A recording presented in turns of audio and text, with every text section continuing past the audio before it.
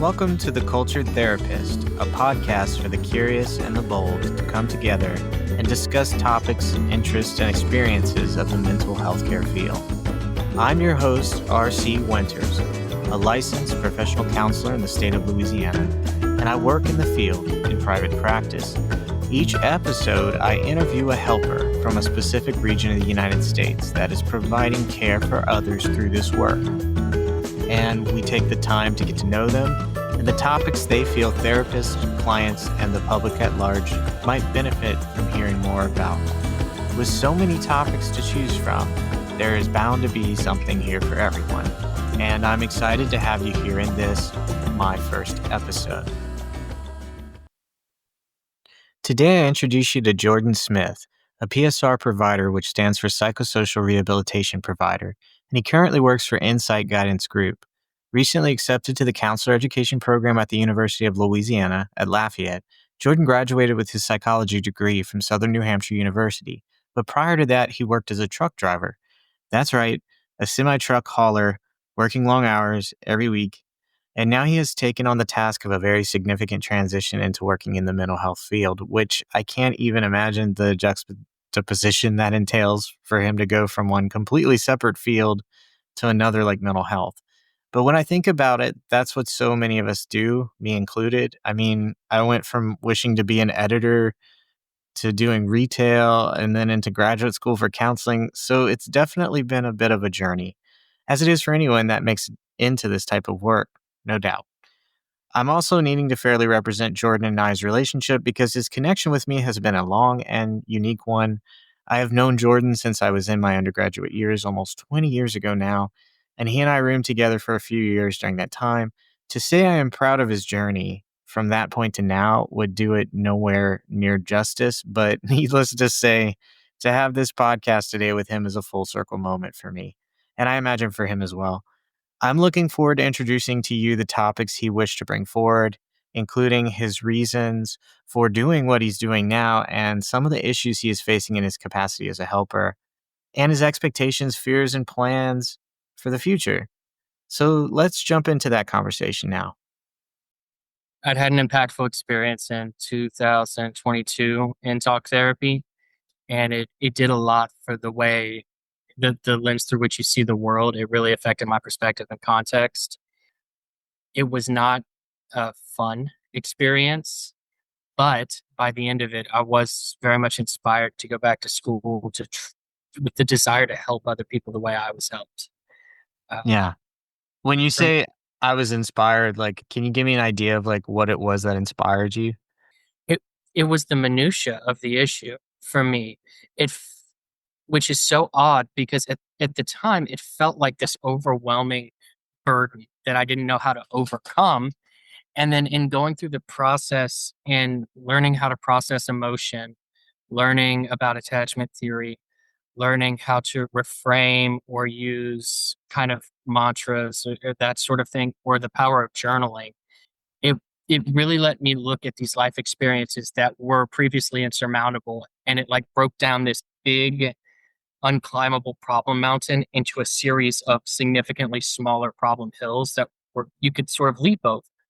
And it was because of that perspective change that I was like, I can't do everything for everybody, but there's enough people like me probably who just need this perspective change.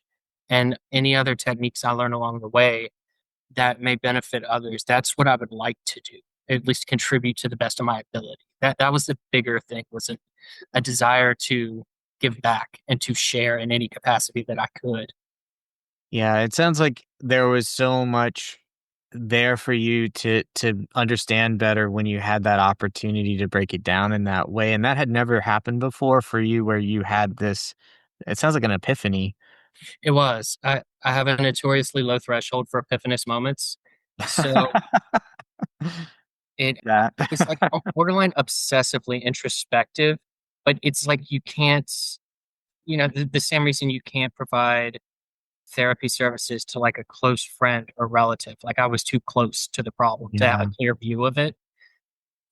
And so I was very aware of the key points and the issues, but I it, I was never quite able to parse out what was, what was my fault, what wasn't my fault, where was the places to take accountability, where were the places to look at others and just be like, oh, okay, so the issue isn't that you don't respect me. The issue is that I can't name anyone that I know from your life that you respect any. Do you know Mm, what I mean? Like, this is a you yes. problem. This isn't a me problem. And I carried this since childhood, thinking that I was wrong, as an Yeah. example. And it was that sort of thing where it's like, you didn't come to this. No, man, I really didn't. And it was epiphanous. But yeah, and that's kind of the perspective changes I'm talking about. It's little things like that, but it makes such a difference to Yeah. realize it's such a burden off of your shoulders. Yeah. So it sounds like that's one of the things you'd like to do for others is to provide them that sort of reframe. I really like what you said about like taking the mountain, turning it into hills, way more surmountable in Yes. that sort of way. And it also sounds like there was this sense that this is a person that the person that helped you is a person that ultimately maybe had an understanding of that's what we're doing here. That's what we're working towards is a sense of removing it from an internal blaming and making it more about, well, what's the reality of, what are you really experiencing? What are you really Yeah. responsible for? And I give all the credit in the world for this matter because this wasn't my first foray into mental health. This was my first successful attempt at it, and it was Oh meeting yeah. the right person. You're not alone in that. Like, Yes. right?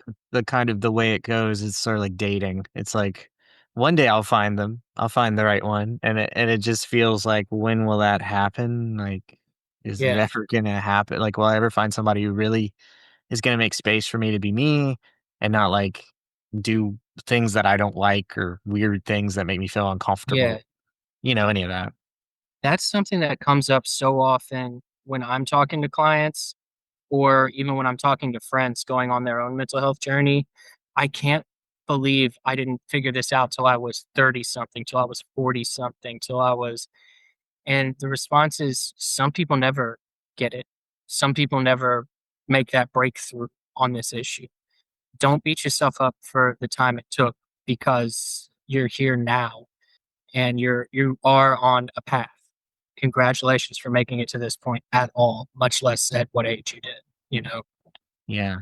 That's powerful in that way of kind of taking the pressure off. Like, look, any time is a good time. There's no lost time except the time you blame yourself for, and you don't have to do that. It you can choose to start working on yourself at any age and Yes. still be successful. So I really like that take. What are some of the challenges that you've faced or are facing about your current transition you're in? The there's a there's a real issue that because of my journey, like where I am now is directly because of my personal experiences. And you've I was inspired. I went back to school. I graduated. I got the job. I'm doing the thing. Now I'm in the room with other people. And all of a sudden, my personal experiences need to leave the room because I'm here to talk to them about them. And because of the human experience, there is a lot of crossroads between what they've gone through and things that I relate to.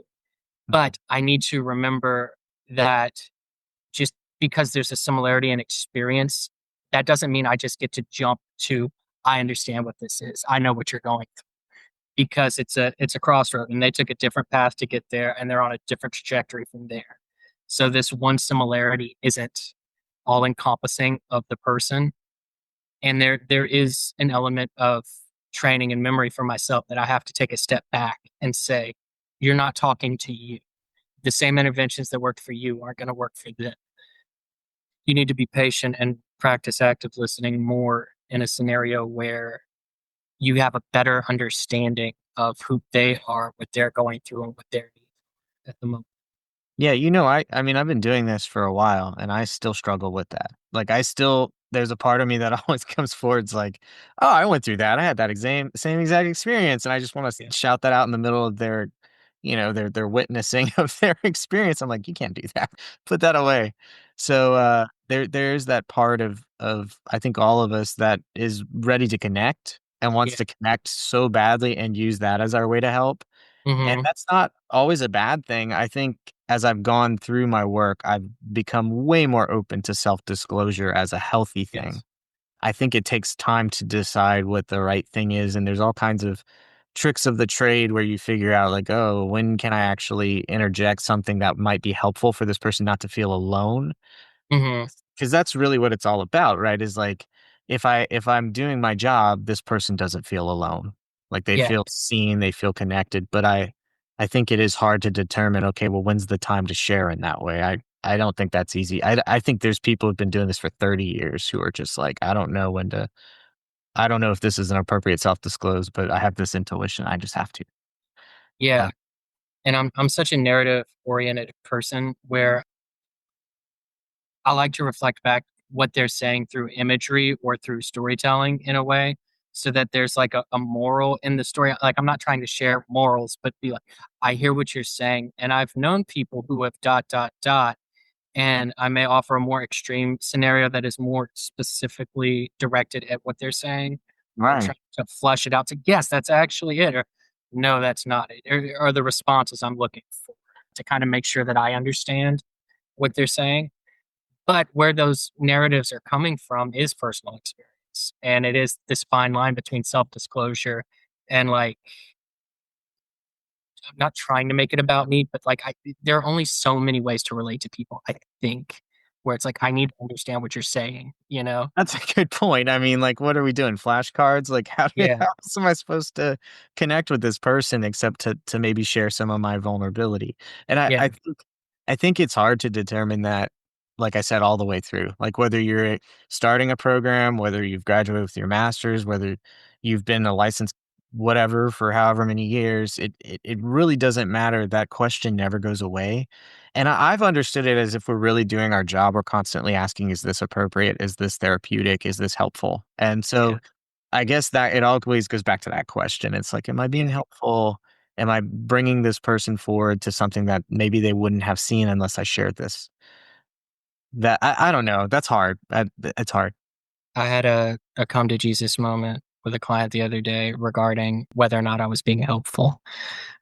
And without disclosing personal information, they asked me what kind of people I see.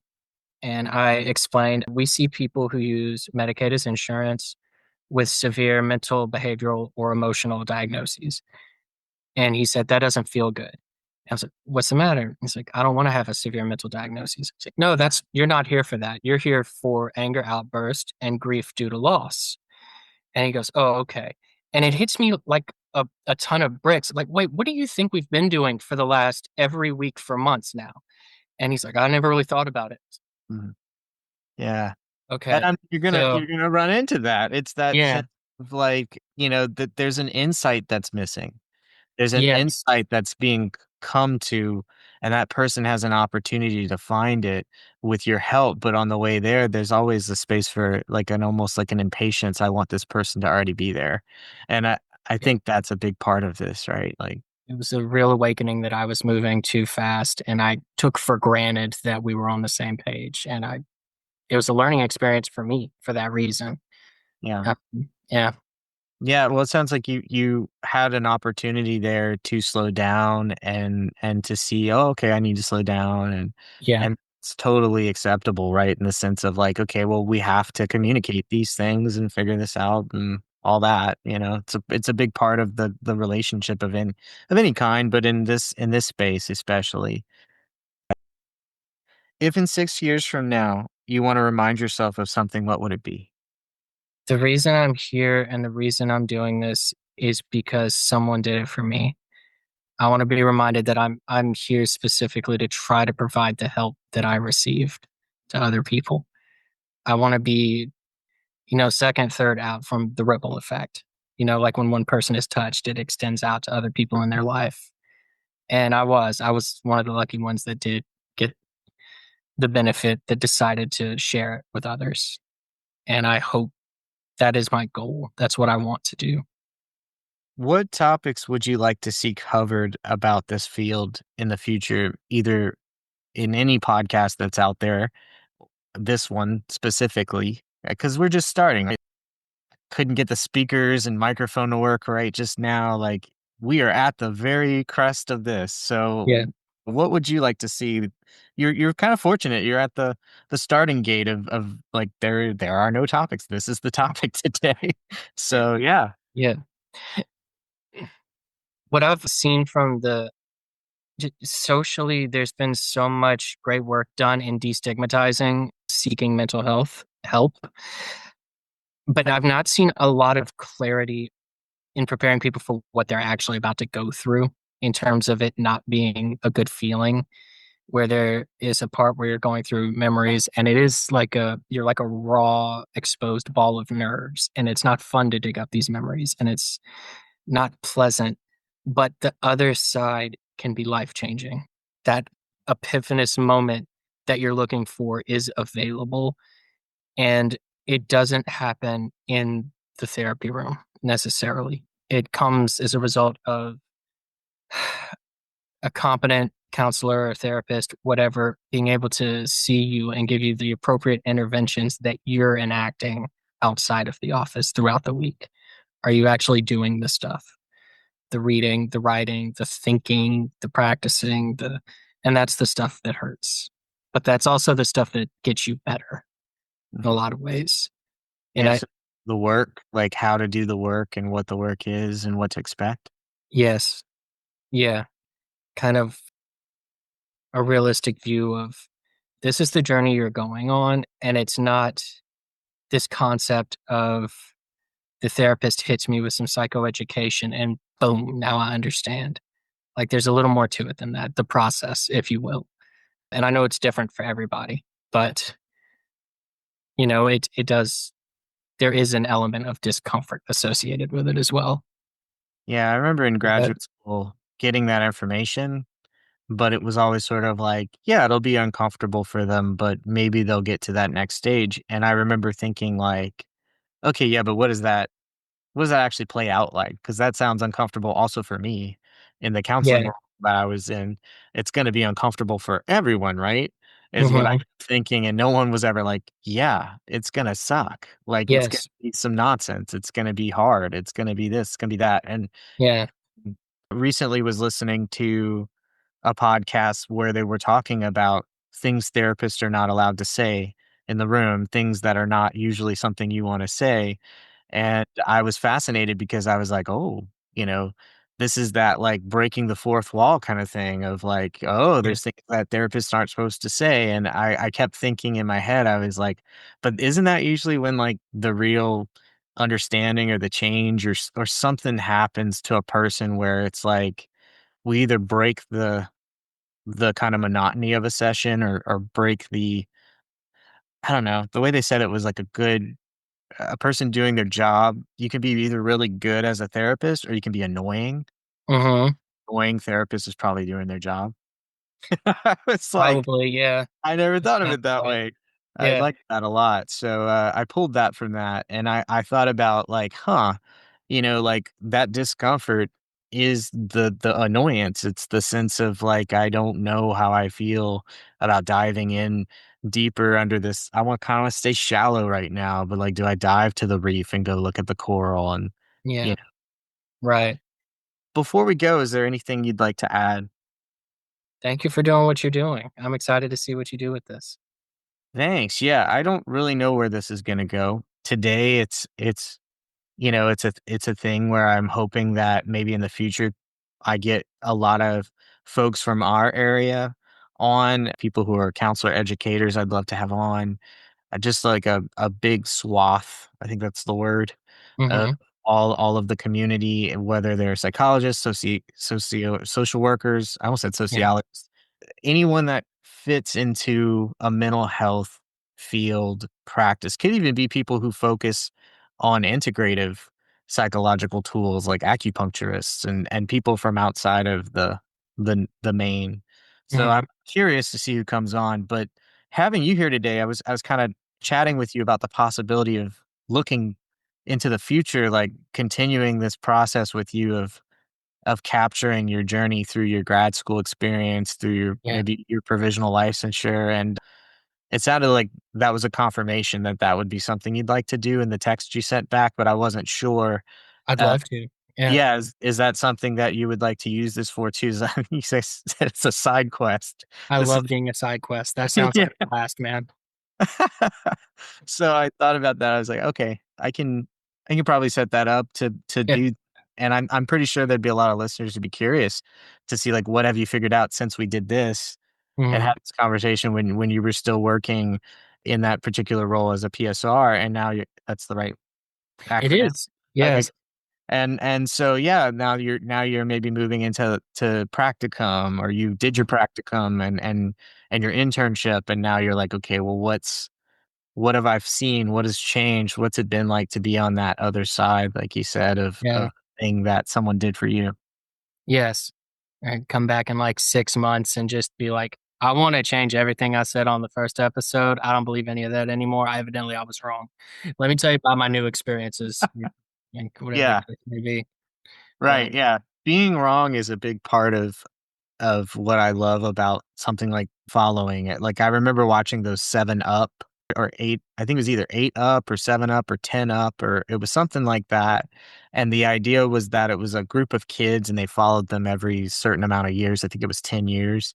And they'd check in on them. It was like, okay, they started when they were 7, then they checked in on 17, 27. And every time they checked in on them, they were in a very different mindset and in a very different developmental level. So they had these Mhm. excellent life reviews going, like, in real time, and I always thought that must be kinda cool to, like, be able to see myself at this point and that point and realize what am I missing, what do I not have?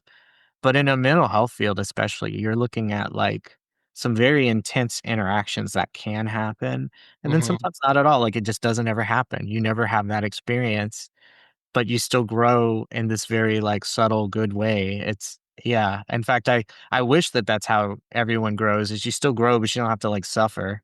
Yeah. Yeah. Do you have any concerns about that part of the field, like, the suffering Yeah. part? What's that like?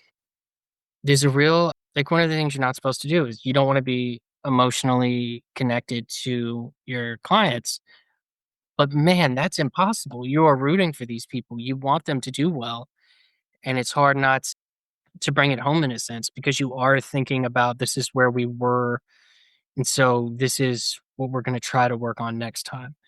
And in that, there is kind of an emotional relationship, and with some people, depending on what their diagnosis is or what their stories are, man, some of it's rough. And when Mhm. you take that home with you and you really sit with it to think about how do I untangle this, it does affect you. And it is concerning to the point of like you have to think of where you want to specialize and what population you want to work with. And like you've got there's some ugly stories out there, man.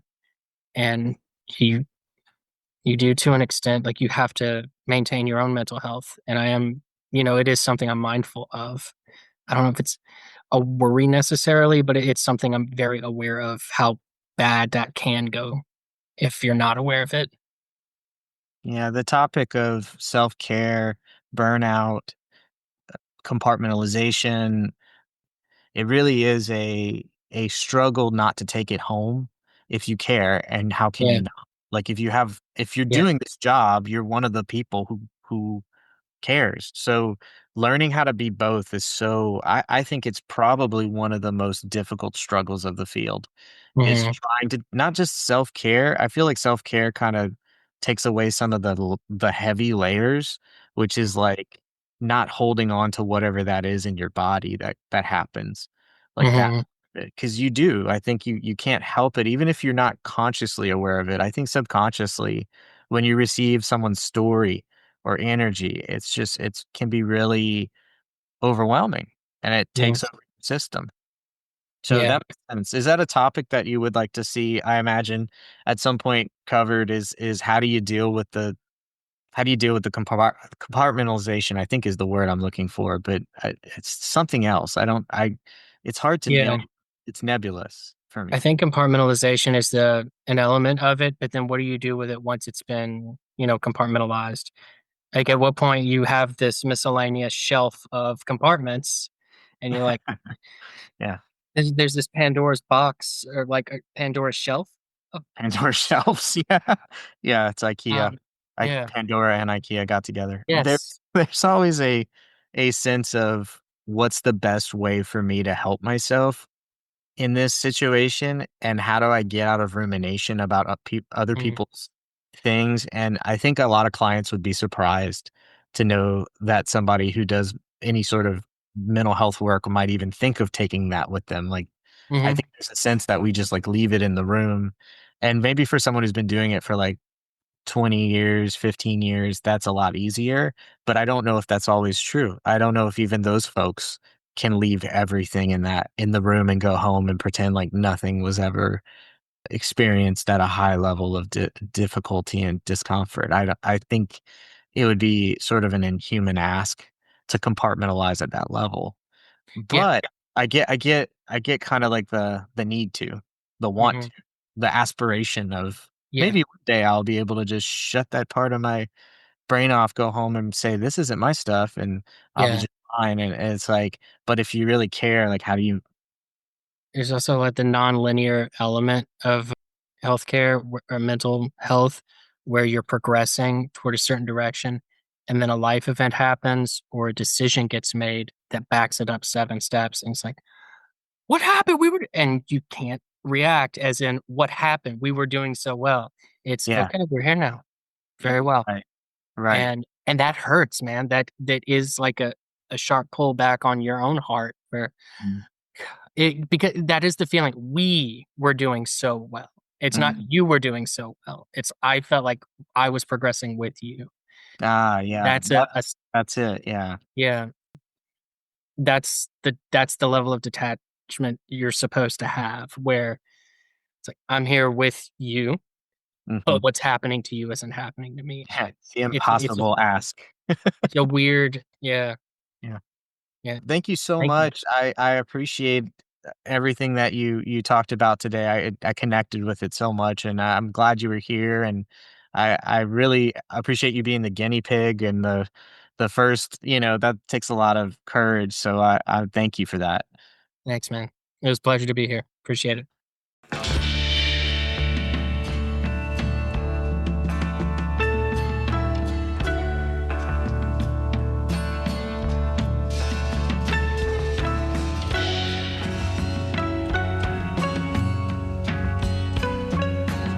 The Cultured Therapist is created, voiced, and edited by R.C. Winters, a licensed professional counselor in the state of Louisiana. It is meant as a tool both in an educational as well as an advertising capacity for therapists and those in the mental health field to let future clients, current clients, others in the field, and the general public onto their experiences and interests. If you would like to have a conversation with me such as this where you clue in others as to what you're all about, you can reach me via email at theculturetherapistpodcast@gmail.com. And as always, if you have any questions or comments, that's a great way to reach me as well. Until next time, may you continue to grow, may you continue to thrive, and may you continue to aspire. From The Cultured Therapist, I'm R.C. Winters. Catch you next time.